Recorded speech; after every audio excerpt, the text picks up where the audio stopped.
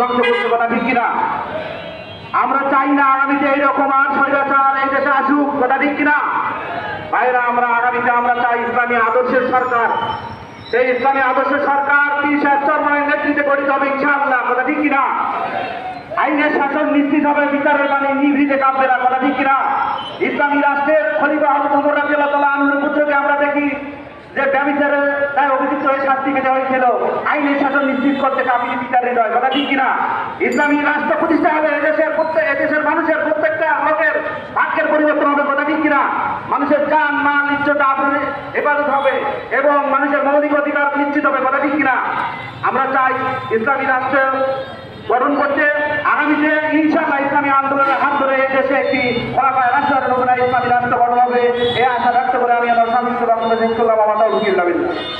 আলহামদুলিল্লাহ, আজকের এই গণসমাবেশে পর্যায়ে